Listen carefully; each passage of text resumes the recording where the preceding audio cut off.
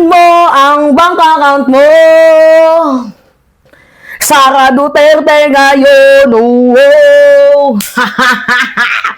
Alright mga minamahal, it's me again, Alicia Ninyo. Nagbabalik muli para sa ating panibagong video. So dahil nga po, meron ng sufficient in substance at meron na nga pong third and fourth impeachment complaint na gumugulong, abay mo ang mabubuksan ang may wagang salin, mga minamahal, ni VP, ni Sara Duterte.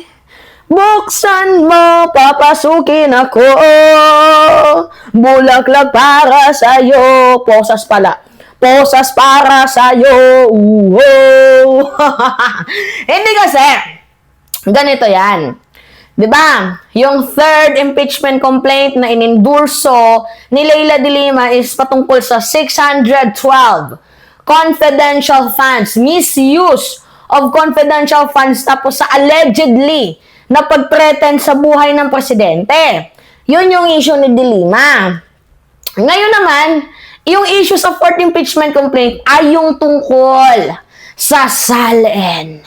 Alam niyo mga minamahal, kahit hindi ma-impeach yang si Sara Duterte, pero knock on wood, hoping sana na ma-impeach itong si Sara. Pero kahit hindi ma-impeach itong si Sara Duterte, mabuksan lang yung salin yan, panalo na tayo.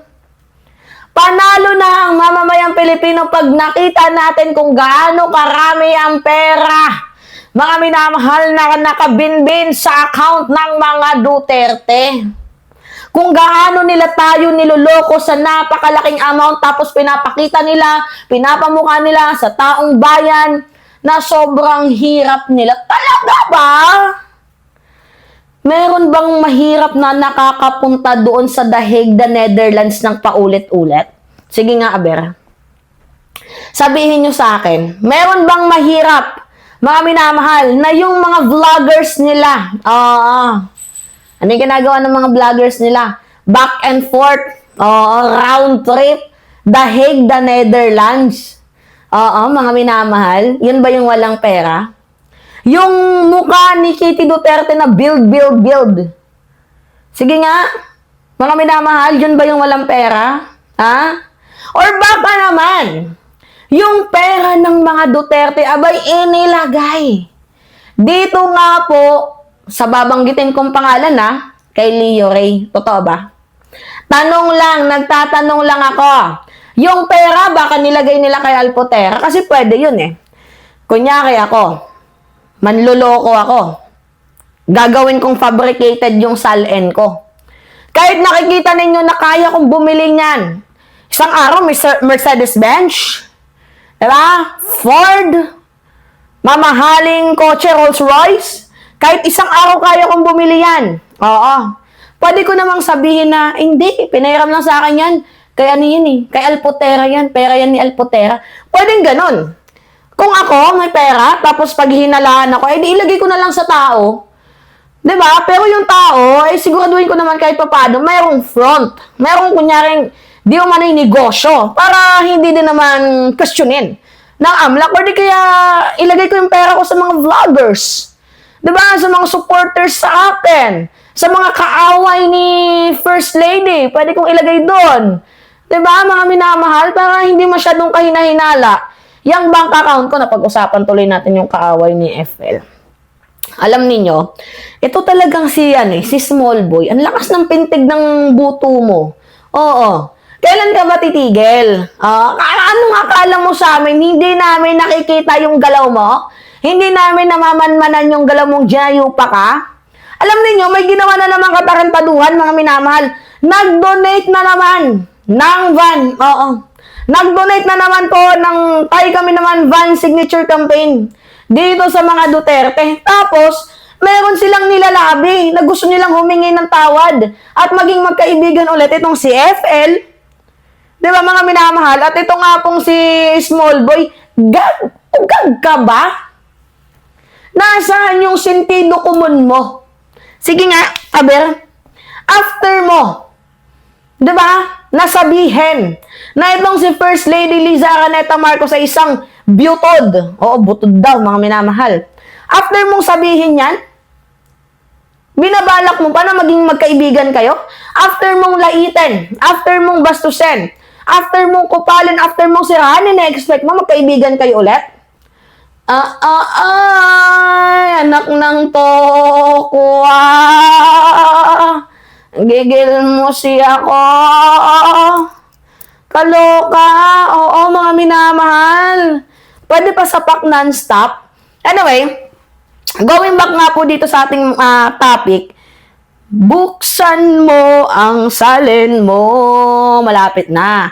And actually, yan po yung kinakatakot mga minamahal ni Vice President Sara Duterte na buksan po ang kanyang salin. Kasi dyan po malalaman ng mamamayang Pilipino kung nagsasabi ka ng totoo. Kung talaga nga bang wala kayong pera, mahirap kayo, dyan natin malalaman, mga minamahal, kung talagang totoo na wala talaga silang pera. Kasi saan sila makakakuha ng pambayad kay Kaufman? Dineclared niyang salin, 88 million lang. 88 million pero 150 million kay Kaufman per month? Paano yun? Diba? Huling declared ni Duterte ng salin niya, 2017 pa.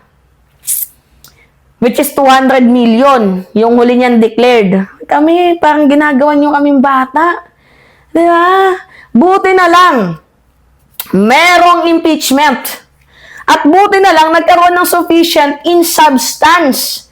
Kasi tinitingnan doon kung yung allegation mga minamahal ay talagang merong bitaw. Kaso nakitang merong bitaw Diba? Posibleng mag-process talaga. At binigyan na nga po mga minamahal itong si Sara Duterte ng 10 days. Ginayo pa ka 10 araw Sasagutin mo. Oo, yung accusation na ibinabato sa'yo, yung depogal. Kailangan mong sagutin yan. Lang naman hindi mo sasagutin. Di mapapahiya ka sa mga supporters mo. Diba? Diyos ko, mga minamahal. Kailan kaya magkakaroon to ng utak si Sara Duterte, no? Ay, sobrang nakaka-intense. Ang hirap niya ipaglaban, no? Ewan ko ba kung ba't napagtitiisan pa to ng mga vloggers niya? Well, siguro, when the price is right. Diba? Buksan mo. Diba? Yan yung gusto ko. Mga minamahal. Binubuks at binubulat-lat. Diba? Yari ka kay Congressman Jinky Luiso sa kanyang mga tanungan. Abangan mo na lang dahil alam naman natin na si Congressman Jinky Luiso is on fire. Diba? Talagang nag-iinit, nagliliyab. Baka Jinky Luiso yarn. Diba, mga minamahal? Alright. Anyway, yun po, kayo na masasabi ninyo. It's me again, Alicia ninyo. Nagbabalik muli para sa ating panibagong video. Maraming salamat at ingat, mga kababayan.